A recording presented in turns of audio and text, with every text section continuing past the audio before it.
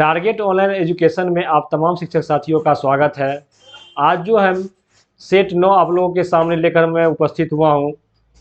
पिछले 8 सेट का आप लोगों ने एक्सपर्ट शिक्षकों के द्वारा एक्सप्लेनेशन आप लोगों ने देख चुके हैं। आज हम 9वें सेट की ओर तरफ बढ़ते हैं, जिसका जो पहला प्रश्न है कि चाह नहीं मैं सुरबाला के गहनों में गुथा जाऊं, यह किसकी अभिलाषा थी?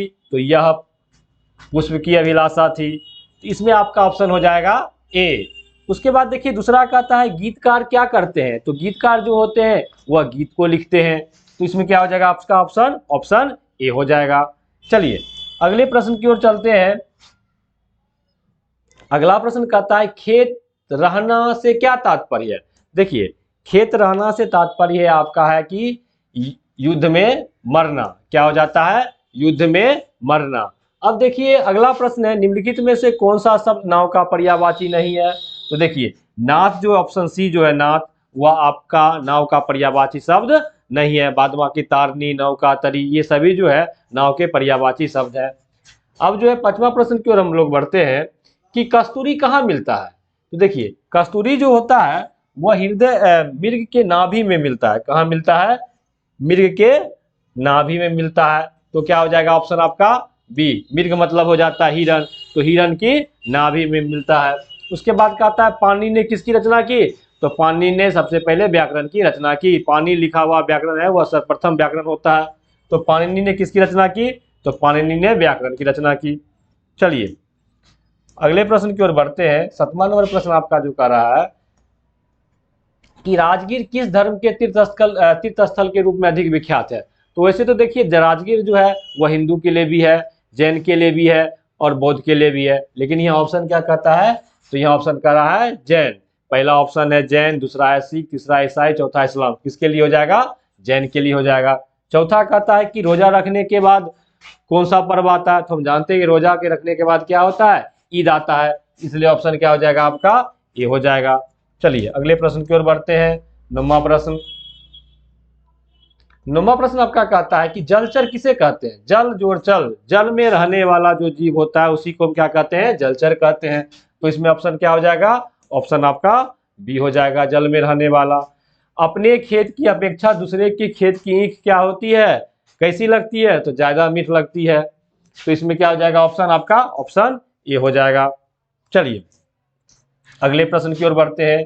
प्रश्न संख्या 11 कहता है कि शुद्ध शब्द छांटिए। देखिए ये कवि का नाम है, इनका नाम है राहुल संस्कृत्यायन। तो ऑप्शन देखिए इसमें संस्कृत्यायन, संस्कृत्यायन, संस्कृत्यायन, जबकि नाम क्या है? राहुल संस्कृत्यायन। तो ये आपका हो जाएगा ऑप्शन ए। 9 का जो हो जाएगा, सॉरी 11 का हो जाएगा ऑप्शन ए हो जाएगा। उसके बाद कह रहा है शिक्षक का पर्यायवाची शब्द छांटिए। तो शिक्षक का पर्यायवाची क्या हो जाएगा? ऑप्शन इसमें आपका डी जो है गुरु। गुरु आपका हो जाएगा शिक्षक का पर्यायवाची शब्द। चलिए अगला प्रश्न कहता है टोडरमल। देखिए टोडरमल अपने किस गुण के कारण विख्यात थे? तो जानते हैं टोडरमल जो थे वह भू राजस्व संबंधी ज्ञान हेतु उनके पास भू राजस्व संबंधी ज्ञान था, इसलिए वह ज्यादा विख्यात थे। तो आपका ऑप्शन हो जाएगा बी हो जाएगा। बुढ़िया का पुल्लिंग क्या होता है? तो बुढ़िया का पुल्लिंग हो जाता है बूढ़ा, जबकि जो बूढ़ा जो है ऑप्शन ए में है। चलिए नेक्स्ट प्रश्न की ओर बढ़ते हैं हम लोग। 15 नंबर प्रश्न कहता है दंपति का शाब्दिक अर्थ क्या होता है? देखिए दंपति कहता है पति और पत्नी को कहा जाता है। तो दंपति का शाब्दिक अर्थ क्या है इसमें? पति और पत्नी। तो पति और पत्नी किसमें? ऑप्शन बी में है। ताजमहल किसने बनवाया था? तो ताजमहल शाहजहां ने बनवाया था। इसमें ऑप्शन आपका कौन हो जाएगा? ऑप्शन सी हो जाएगा। चलिए उसके बाद जो है 17 नंबर जो प्रश्न कहता है कि क्रिया किसे कहते हैं? तो काम का बोध कराने वाले को क्रिया कहते हैं। इसमें आपका ऑप्शन क्या हो जाएगा? ऑप्शन जो है वो आपका सी हो जाएगा। अधिकारी में कौन सा उपसर्ग है? देखिए अधिकारी उपसर्ग जो होता है वह किसी शब्द के पहले लगता है और प्रत्यय जो है किसी शब्द के बाद लगता है। दोनों कंडीशन में क्या होता है? उसके अर्थ को बदल देता है। तो अधिकारी में पहला क्या हो जाएगा? अधि। इसमें ऑप्शन क्या हो जाएगा? डी। अधिकारी में कौन सा उपसर्ग है? तो अधि उपसर्ग है। अब 19वां प्रश्न की ओर हम लोग बढ़ते हैं। 19वां प्रश्न कहता है गह्वर शब्द का अंधेरी जगह के अलावा कौन सा अर्थ होता है? देखिए तो अंधेरी जगह के अलावा गह्वर का अर्थ हो जाता है जंगल। क्या हो जाएगा? जंगल। ऑप्शन क्या हो जाएगा? ए हो जाएगा। उसके बाद कहता है कि कौन सा शब्द शब्द समूह पुल्लिंग नहीं है? तो समाजवाद, छायावाद पुल्लिंग है, धुआं और कुआं पुल्लिंग है, प्रयास और उपहास पुल्लिंग शब्द है। देखिए, सजावट और दिखावट, जिसमें आवट लगा रहता है वो हमेशा क्या होता है? स्त्रीलिंग शब्द हो जाता है। तो सजावट और दिखावट जो है आपका वह स्त्रीलिंग शब्द हो गया। 21वें नंबर प्रश्न की ओर हम लोग बढ़ते हैं। शीश पगा न झगा तन में सुदामा के बारे में क्या कहा गया है? तो सुदामा के बारे में कहा गया है कि सुदामा जो थे क्या थे? गरीब है।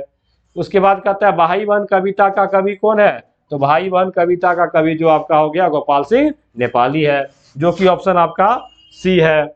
उसके बाद देखिए अगला प्रश्न है, 23 नंबर प्रश्न कर रहा है कि स्मृति का लोप हो जाना। स्मृति का लोप हो जाना, स्मृति मतलब भूल जाना, तो आपका ऑप्शन डी जो हो जाएगा, ऑप्शन जो डी है वह हो जाएगा। कह रहा है क्या? स्मृति लोप का क्या तात्पर्य है? तो स्मृति लोप का तात्पर्य होता है कि भूल जाना। उसके बाद ठेस कहानी के लेखक कौन है? तो ठेस कहानी के लेखक आपको कौन है? फणीसरात रेणु है। ठेस कहानी के लेखक कौन हो गए? फणीसरात रेणु हो गए। उसके बाद देखिए 25वां नंबर प्रश्न कहता है, कह रहा है कि नरेश, नरेश का संधि विच्छेद कीजिए। देखिए नरेश जो होता है वह हो जाता है आपका नर जोड़ ईस। क्या हो जाता है? नर जोड़ ईस हो जाता है। नर में क्या है? ओ है। ईस में क्या है? ई है। और जोड़ी बराबर क्या होता है? ए हो जाता है। तो रॉ में हम ये जोड़ेंगे तो क्या हो जाएगा? रोए कर रे। तो नर जोड़ ईस बराबर क्या हो जाएगा? नरेश। आपका ऑप्शन कौन सही हो जाएगा? ऑप्शन डी हो जाएगा। अब जो है आप लोगों के सामने आफ्ताब सर आ रहे हैं जो साइंस के क्वेश्चन को डील करेंगे। आइए सर।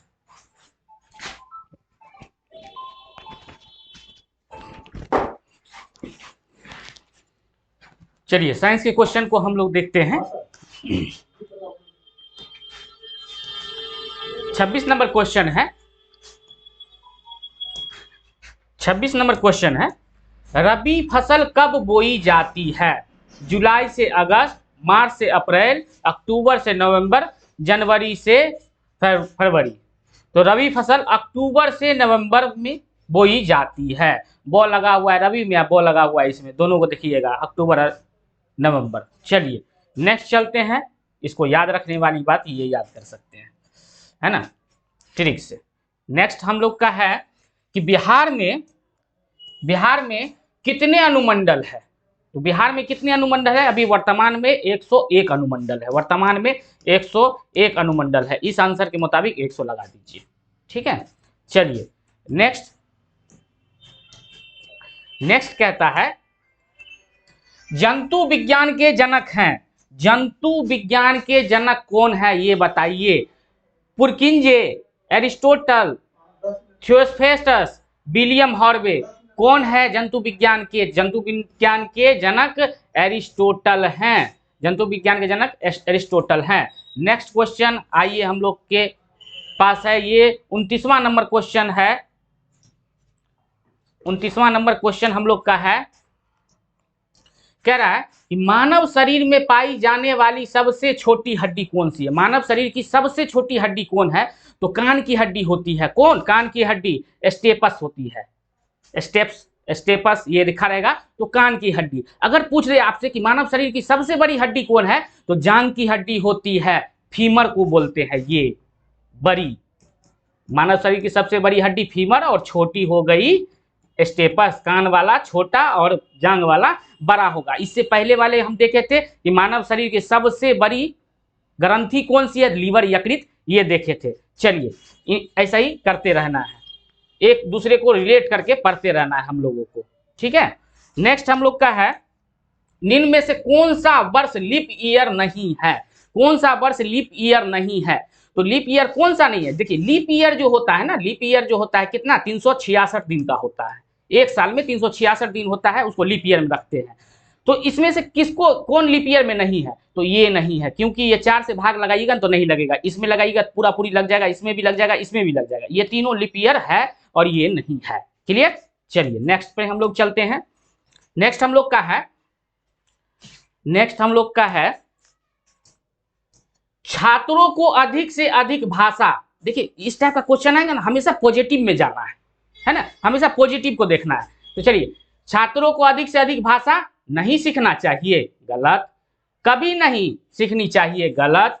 सीखना चाहिए, सीखना बेकार है, निगेटिव में जाना ही नहीं, पॉजिटिव में हमेशा जाना है इस तरह के क्वेश्चन में। चलिए, सर तो बताइए होंगे, सर का था, बीच में आ गया था सजा सर का। चलिए, नेक्स्ट है हम लोग का बिहार के प्रथम मुख्यमंत्री का नाम क्या है? प्रथम मुख्यमंत्री श्री कृष्ण सिंह, प्रथम मुख्यमंत्री श्री कृष्ण सिंह।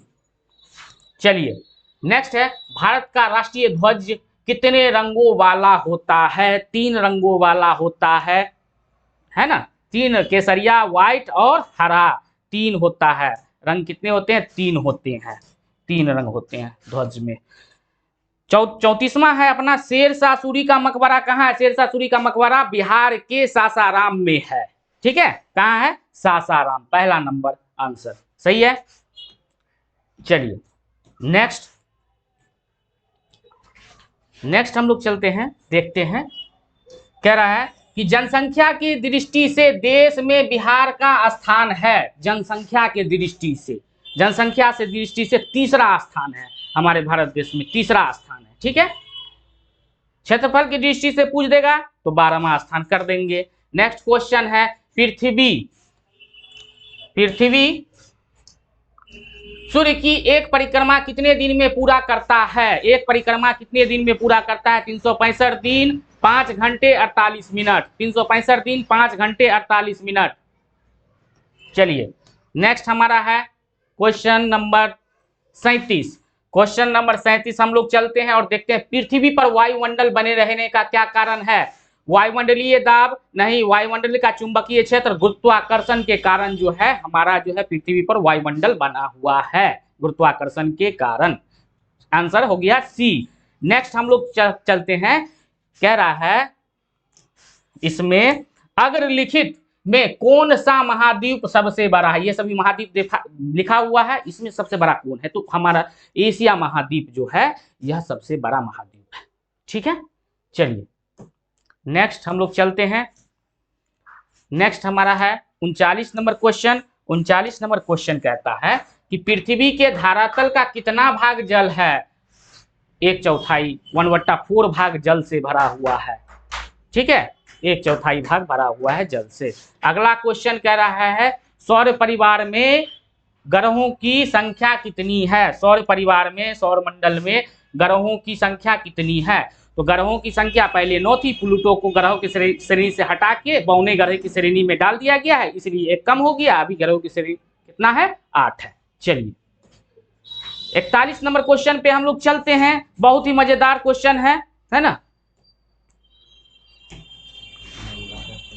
चलिए अगला क्वेश्चन है सबसे बड़ा ग्रह कौन है? सबसे बड़ा ग्रह कौन है? तो सबसे बड़ा ग्रह बृहस्पति ग्रह है। क्वेश्चन आंसर डी हो जाएगा, सबसे बड़ा बृहस्पति है।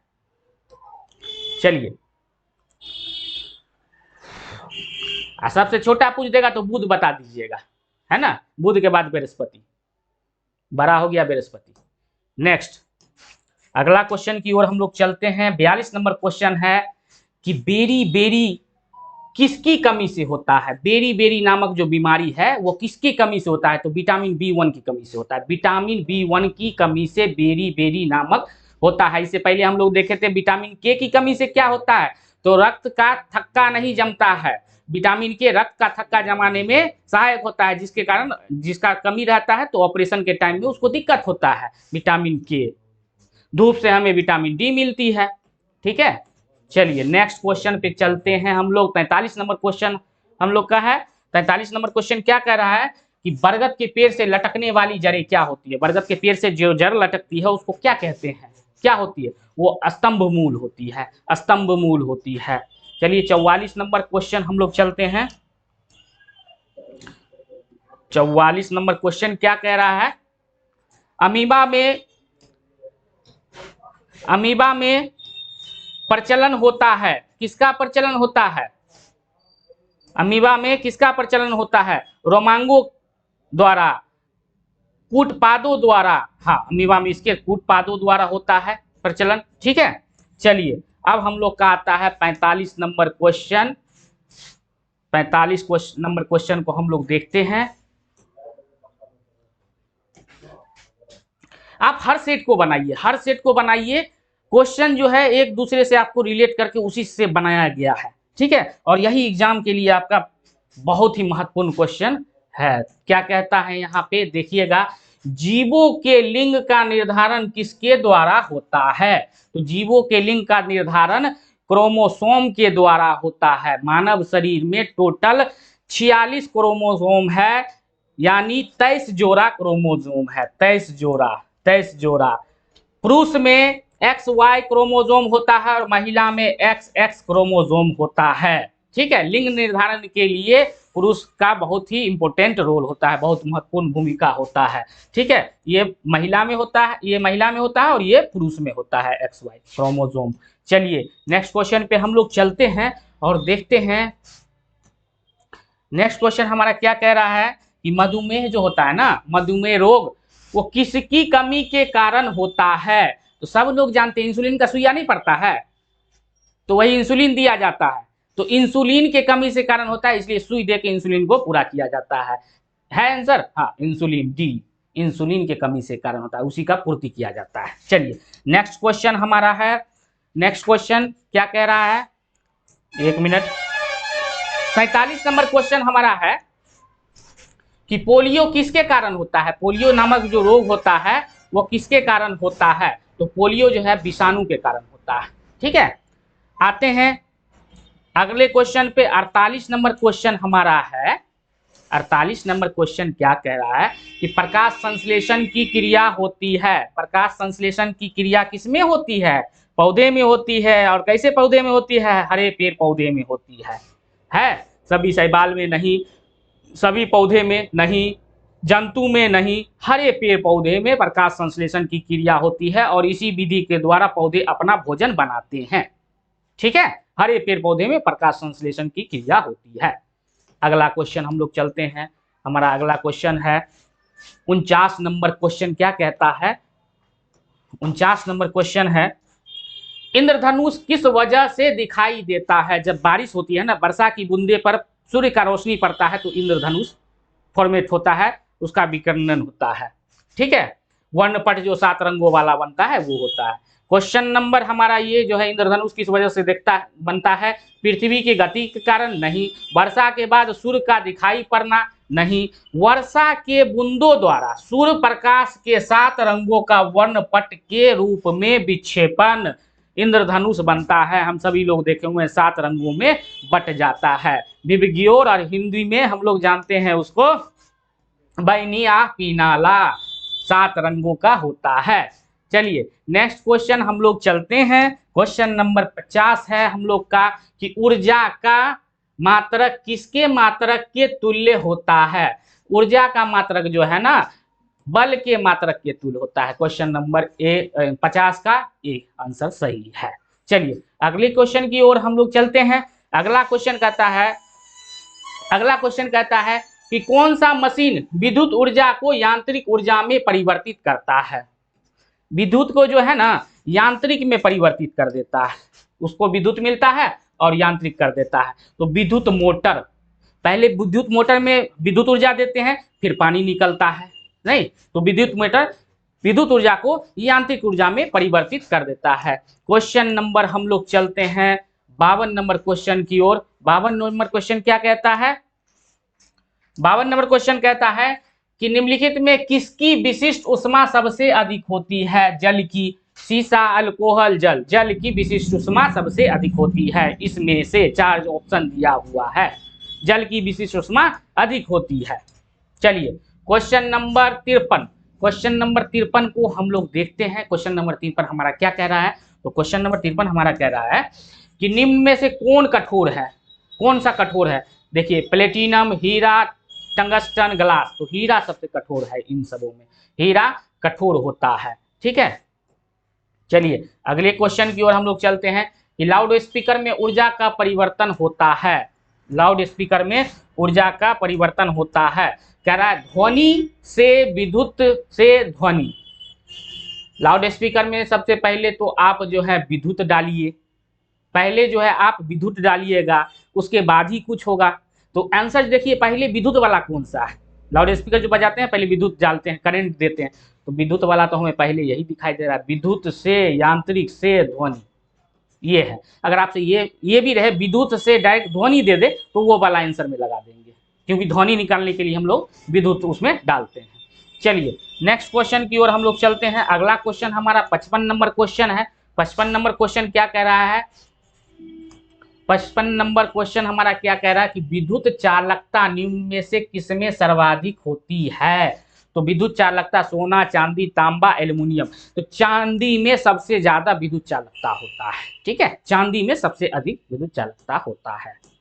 अगला क्वेश्चन है जंग लगना कैसा परिवर्तन है, जंग लगना कैसा परिवर्तन है, तो बताइए जंग लगना कैसा परिवर्तन है, भौतिक है, रासायनिक है, दोनों है, इनमें से कोई नहीं है।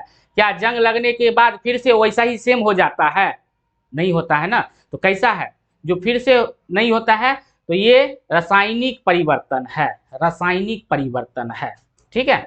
आगे की क्वेश्चन की ओर हम लोग चलते हैं। अगला क्वेश्चन हमारा कह रहा है जल का वाष्प में बदलना कैसा परिवर्तन है, बताइए जल वाष्प में बदलता है और फिर वाष्प जो है वर्षा के रूप में आ जाता है, यानी फिर से वो रिटर्न हो जाता है, तो वो भौतिक परिवर्तन है, भौतिक परिवर्तन है। ये ऐसे गया और फिर वापस ऐसे आ गया, तो ये भौतिक परिवर्तन है, लेकिन जो गया वो गया ही रह गया, रासायनिक परिवर्तन है। जंग लगना रासायनिक परिवर्तन है और जो रिटर्निंग हो गया वो भौतिक परिवर्तन है। चलिए नेक्स्ट क्वेश्चन की ओर हम लोग चलते हैं। नेक्स्ट क्वेश्चन हमारा क्या कह रहा है, 58 नंबर क्वेश्चन है। 58 नंबर क्वेश्चन हमारा है हड्डी के लिए क्या आवश्यक है, हड्डी के लिए क्या आवश्यक है, हड्डी के लिए कैल्शियम की होना जरूरी है। जो उनका हड्डी कमजोर है वो कैल्शियम का दवा लेंगे। चलिए नेक्स्ट क्वेश्चन की ओर हम लोग चलते हैं। 59 नंबर क्वेश्चन है रंग किस चीज से बनता है, रंग जो है ना किस चीज से बनता है, कलर किस चीज से बनता है, पत्थर से, मिट्टी से, कोयला से, पानी से, कोयला से बनता है रंग, ठीक है, रंग कोयला से बनता है। अगला क्वेश्चन की ओर चलेंगे। 60 नंबर क्वेश्चन है तांबा जो है विद्युत का क्या है, बताइए तांबा विद्युत का क्या है, तांबा विद्युत का सुचालक है, सुचालक है, तांबा विद्युत का सुचालक है, जिसमें सरलता से क्या है विद्युत और ताप जो है सुगमता से चला जाता है, वो सुचालक है, और कुचालक जिसमें नहीं जाता है, तो तांबा में आसानी से विद्युत या ताप गुजर जाता है। चलिए ठीक है, आज के लिए इतना ही, तांबा विद्युत का सुचालक है। अब आ रहे हैं जफर सर मैथ के क्वेश्चन को लेकर, और वो आप लोग के साथ मैथ का क्वेश्चन करेंगे। चलिए आइए सर, लीजिए।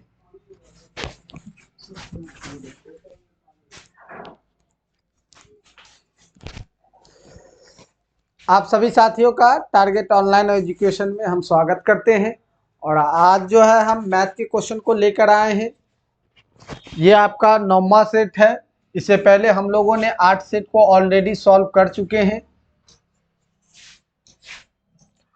तो पूछा जा रहा है एक अंकों की सबसे बड़ी संख्या क्या है। एक अंक का पूछ रहा है, तो हम बोले थे कि एक अंक का सबसे बड़ा क्या होगा, 9 होगा। 2 अंक का पूछेगा तो 99, 3 अंक का पूछेगा तो 999, 4 अंक का पूछेगा तो 9999।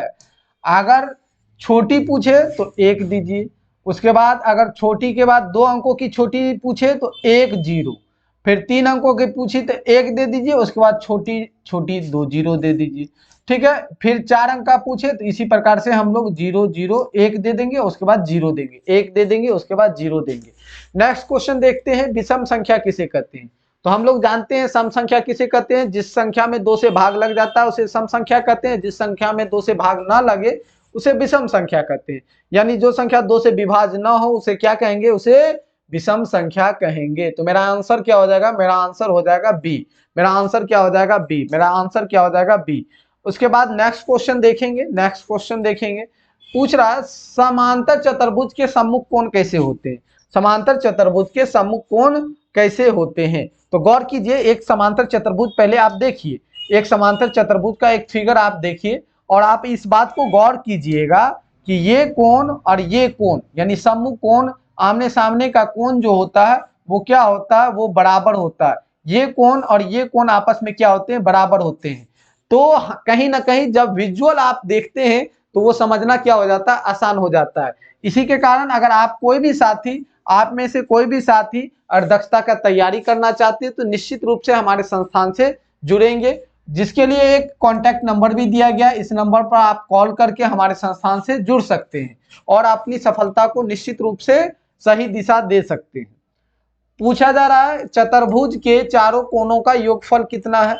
तो हमने पिछले सेट में चर्चा किया था कि त्रिभुज के तीनों कोण का योग कितना होता है, 180 होता है, 180 डिग्री होता है, जबकि चतुर्भुज के चारों कोनों का योगफल कितना होगा, 360 डिग्री होगा। चतुर्भुज के चारों कोनों का योगफल कितना होगा, 360 डिग्री होगा। नेक्स्ट क्वेश्चन बोल दे, और चतुर्भुज में टोटल कितने भुजा होंगे, 4 भुजा होंगे। कितने शीर्ष होंगे, 4 शीर्ष होंगे। कितने विकर्ण होंगे, तो 2 विकर्ण होंगे। ठीक है, नेक्स्ट क्वेश्चन देखते हैं। करा निम्नलिखित में से अनुपस्थित अंकों भरें। तो आपके पास जो सर सीरीज दिया गया है वो क्या है, 3 है, 7 है, 16 है, 35 है, और इसके बाद क्या होगा आपसे पूछा जा रहा है कि नहीं। तो देखिए सर, इस दोनों का अंतर देख लीजिए आप। इस दोनों का अंतर क्या है, इस दोनों का अंतर है 4, इस दोनों का अंतर 9, इस दोनों का अंतर नहीं, ये आपका इस पर नहीं बनेगा। चलिए देख लेते हैं, अंतर पर नहीं है तो किस चीज पर है। तो गौर कीजिए एक चीज कि अगर यहां से यहां जाते हैं तो ऐसे भी तो जा सकते हैं, 3 दूनी 6 प्लस 1। उसी प्रकार से फिर यहां से यहां जाना हो तो 7 दूनी 14 और प्लस 2। उसी प्रकार से यहां जाना हो तो कैसे गया होगा, 16 दूनी 32 प्लस 3। तो ये सीरीज अब हम समझ गए कि ये सीरीज क्या चल रहा है, गुना 2, और हर एक क्रम पर 1 2 3। तो यहाँ 3 जोड़े हैं तो अगले में कितना जोड़ेंगे, 4 जोड़ेंगे। तो गुना 2 प्लस 4, गुना 2 प्लस 4, तो 35 दूनी 70, 70 4 74। तो मेरा आंसर क्या हो जाएगा, मेरा आंसर हो जाएगा 74। क्या हो जाएगा, 74। मेरा आंसर क्या हो जाएगा, 74। नेक्स्ट क्वेश्चन देखते हैं।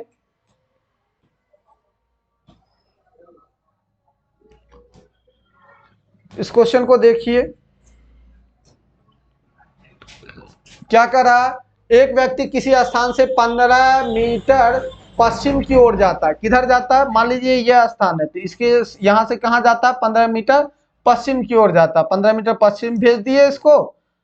अब उसके बाद क्या कर रहा है, फिर 8 मीटर उत्तर की ओर जाता है। तो हम लोग जानते हैं सवाल में जब भी बनाते हैं तो ये ऊपर में मेरा नॉर्थ होता है यानी उत्तर होता है, नीचे दक्षिण होता है, इधर पूरब होता है, और इस दिशा में हमारा पश्चिम होता है।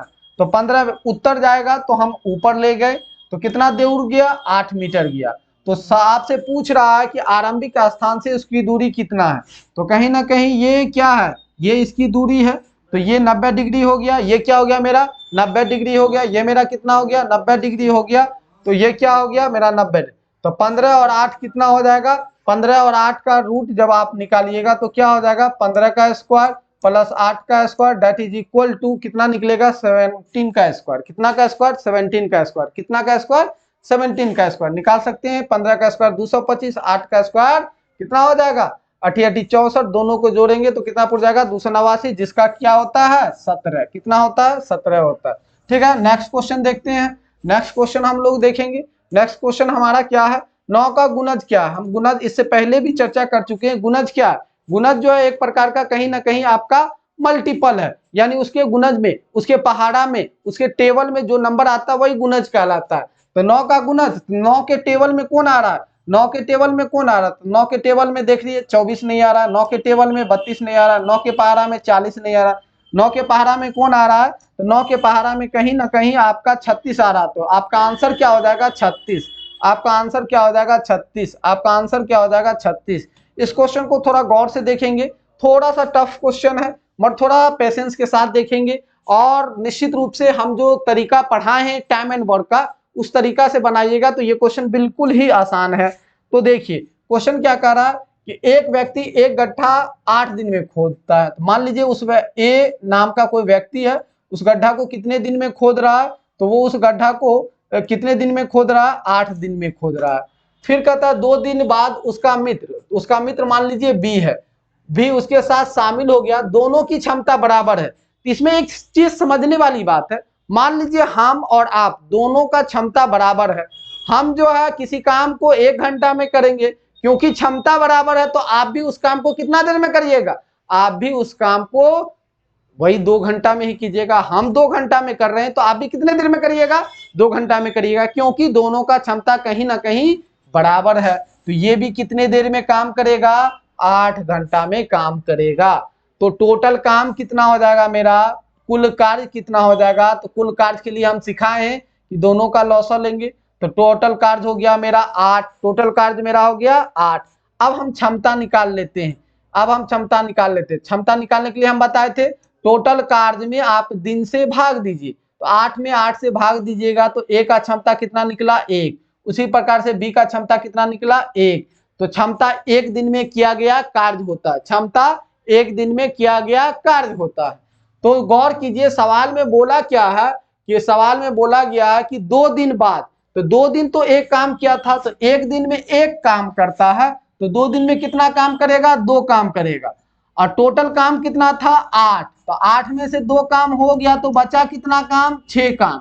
और ये 6 काम कौन करेगा, ये 6 काम कहीं ना कहीं ए और बी मिलके करेगा। तो इसका क्षमता क्या है, ए का क्षमता 1 है और बी का क्षमता 1 है, तो कहीं ना कहीं दोनों का क्षमता मिल जाएगा, तो कितना हो जाएगा 2। तो 6 में 2 से भाग देंगे तो मेरा आंसर कितना आ जाएगा 3 दिन, मेरा आंसर कितना आ जाएगा 3 दिन। तो इसका जवाब क्या होगा सर, इसका जवाब निश्चित रूप से आपका सी 3 दिनों में, इसका जवाब क्या होगा, निश्चित रूप से सी 3 दिनों में। नेक्स्ट क्वेश्चन देखेंगे, 4 और 16 का गुणोत्तर माध्य क्या है।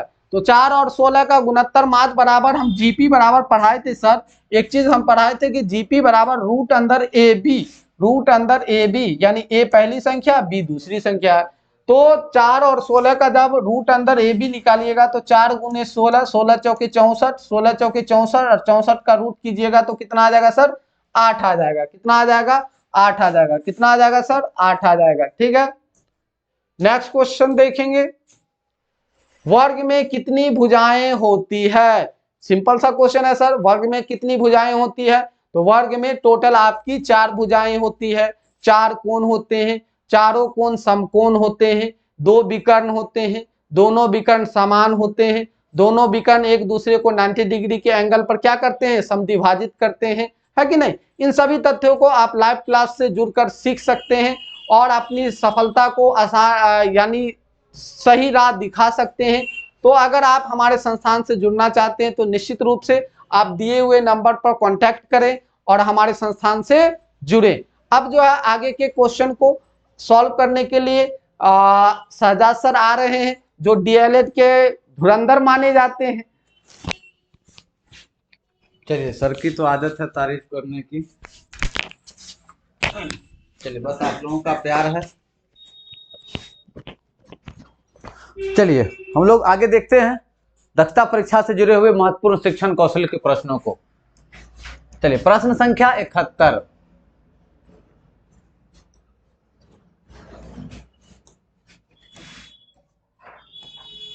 चलिए प्रश्न संख्या 71 कहता है कि कक्षा में पढ़ाने में बाधा पहुंचाने वाले छात्र को आप क्या करेंगे। कठोर दंड देंगे? नहीं। परीक्षा में फेल करा देंगे? नहीं। अभिभावक से शिकायत करेंगे? नहीं। क्या करेंगे, उससे कारण जानकर उसका समाधान करेंगे कि आखिर वे कक्षा में बाधा क्यों पहुंचा रहा है, आखिर उसको समस्या कहाँ है, और उस समस्या का हम लोग निराकरण करेंगे। चलिए प्रश्न संख्या 71 के बाद प्रश्न संख्या 72, बड़े ही आराम से देखेंगे हर प्रश्नों को। चलिए कॉन्सेप्ट के साथ 72, विषय से संबंधित गायन पढ़ाई में बाधा पहुंचाते हैं? नहीं। सहायता करते हैं? सही। दिग्भ्रमित करते हैं? नहीं। कुछ नहीं करते हैं? नहीं। तो क्या हो जाएगा, ये सहायता करते हैं। देखते हैं ना, गा के भी पढ़ाते हैं बहुत सारे शिक्षक, गा के भी पढ़ाना क्या होता है, बच्चों के लिए फायदा करता है, कहीं ना कहीं फायदा। अभी जो आपका चहक के द्वारा क्या है, बच्चों को गा के ही पढ़ाते हैं कि चना कैसे बोया, कैसे बोया, कैसे बोया रे, ये सारा क्या है, गायन के द्वारा ही है। चलिए 73, कक्षा में देर से आने वाले छात्र के प्रति आप कैसी धारणा बनाएंगे। उसे दंड देंगे? नहीं। अनुशासनहीनता मानेंगे? नहीं। कारण जानकर कोई धारणा बनाएंगे? कोई ध्यान। क्या करेंगे, सबसे पहले हम लोग कारण जानेंगे कि वो बच्चे देर क्यों कर रहे हैं, उसके समस्याओं का तब हम लोग समाधान करेंगे, उसको देखेंगे ना कि आखिर वो क्यों देर कर रहा है। चलिए 73 के बाद प्रश्न संख्या 74 कह रहा है कि छात्र कैसे सीखते हैं? किताबों से, पढ़ाने से, किताब पढ़ाने के साथ साथ परिवेश से, याद करने से। तो क्या चीज से सीखते हैं बच्चे? किताब से सीखते हैं, परिवेश से सीखते हैं, पढ़ाने से सीखते हैं। 75 किसी विषय को जानने का सबसे अच्छा तरीका क्या है? रट जाना, समझ लेना, नहीं पढ़ना, सुनना। क्या हो जाएगा ये? समझ लेना। कि किसी विषय वस्तु को आप समझ लेते हैं तो वो लंबे समय तक आपको याद रहता है। चलिए 75 के बाद प्रश्न संख्या 76। प्रश्न संख्या 76 क्या कहता है? 76 कह रहा है कि शिक्षा का स्वरूप कैसा होना चाहिए? ज्ञानमूलक, मनोरंजक, धार्मिक और मनोरंजन ढंग से सीखना चाहिए। क्या हो जाएगा कि देखिए शिक्षा का जो स्वभाव कैसा हो कि शिक्षा से हर उद्देश्यों की पूर्ति हो। क्या हो? शिक्षा से हर उद्देश्यों की पूर्ति हो। क्या हो? मनोरंजक ढंग से ज्ञान सीखना, ताकि बच्चे आसानी से उस चीज को अपने रुचि से सीख लेंगे। चलिए 77 अग्रलिखित में से कौन शिक्षा का मुख्य सामाजिक निर्धारक है? घर, समाज, विद्यालय, उपरोक्त सभी। तो ये क्या हो जाएगा? ये सारे शिक्षा के सामाजिक निर्धारक हैं। चलिए प्रश्न संख्या 77 के बाद प्रश्न संख्या 78। 78 क्या कहता है कि शैक्षणिक प्रशासन एक क्या है? कला है, विज्ञान है, दोनों है, कुछ नहीं। तो शैक्षणिक प्रशासन क्या है? कला और विज्ञान दोनों है, क्योंकि शैक्षणिक प्रशासन में ये दोनों विषय वस्तु आ जाते हैं, कला से भी और विज्ञान से भी।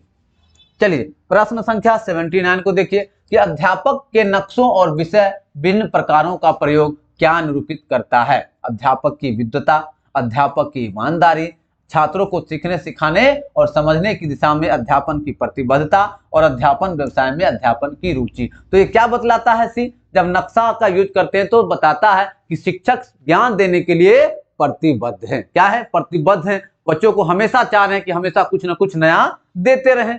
चलिए 79 के बाद प्रश्न संख्या 80। चलिए प्रश्न संख्या 80 क्या कहता है? 80 कह रहा है कि शिक्षक से अग्रलिखित में से किस एक को छोड़कर अन्य सभी करने की आशा की जाती है? सामुदायिक कार्य में भागीदारी ठीक है, राजनीति में भागीदारी नहीं, छात्र की समस्या का समाधान सही, छात्र का रिकॉर्ड रखना सही। क्या करना चाहिए शिक्षक को? सब चीज करना चाहिए, राजनीति नहीं करना चाहिए। क्लियर है? चलिए 81 को देखिए, शिक्षक सहायक पुस्तक पढ़ते हैं ताकि अध्यापन को क्या बना सके? रोचक, कठिन, छात्र को प्रभावित कर सके, मनोरंजन क्या सके कि पढ़ाई को वो रोचक बना सके। ठीक है, इसलिए सहायक सामग्री करते हैं कि जब रोचक ढंग से देंगे तो बच्चा क्या करेगा? प्यार से सीखेगा, आसान भाषा में सीख लेगा।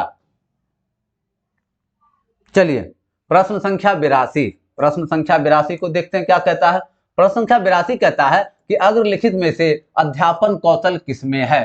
प्रश्न करना, समझाना, श्यामपट लेख, सभी। क्या हो जाएगा? ये अध्यापन कौशल में ये सारे शामिल हो जाएंगे। अध्यापन कौशल में क्या हो जाएगा? ये सारा शामिल हो जाएगा। प्रश्न संख्या 83 को देखिए, छात्रों को समझाने के क्रम में आप धार्मिक प्रसंग का उपयोग कब करेंगे? जरूरत पड़ने पर, कभी नहीं, कुछ नहीं, चुप रह जाए। क्या कभी कभी जरूरत पड़ेगी तो हम धार्मिक प्रसंगों का लेंगे ताकि उससे नैतिकता का विकास हो। बहुत सारी चीजें से धार्मिक हैं जो बच्चों के लिए फायदेमंद है। चलिए 83 के बाद 84।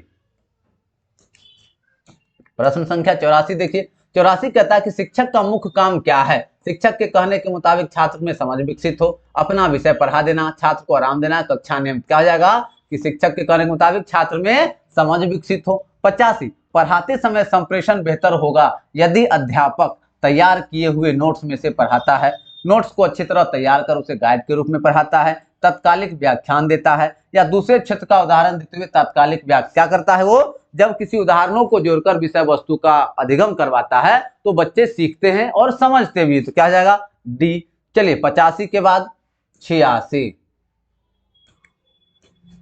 चलिए प्रश्न संख्या 86। 86 क्या कहता है कि जो शिक्षक कक्षा अध्यापन में उत्साहित होते हैं प्रायः उनमें विषयों की दक्षता का अभाव होता है। वे नाटकीय रूप में सिर्फ छात्र को आकर्षित करते हैं, वे अपने छात्र को अध्यापन अधिगम प्रक्रिया में ले लेते हैं, वे उनका उत्साह जल्दी ही समाप्त हो जाता है। देखिए जो भी बहुत सारे ऐसे शिक्षक होते हैं उत्साहवर्धन के साथ बच्चों को पढ़ाना शुरू कर देते हैं, बच्चों को आनंद के साथ पढ़ाने का क्यों करते हैं? वे अपने छात्रों को अधिगम से जोड़ देते हैं, बोरिंग नहीं होने देते हैं बच्चों को। ठीक है, चलिए 87 का, शिक्षक को चाहिए कि वह छात्र को डरा कर रखे ताकि छात्र क्या हो, उससे प्रभावित रहे, प्रश्न न पूछे, कक्षा में शांति बनी रहे और अवधारणा सही नहीं। क्या देखिए, ये कॉन्सेप्ट सही नहीं है, क्योंकि बच्चों को डरा के रखना बिल्कुल ही गलत बात है। बच्चों को डराना नहीं चाहिए।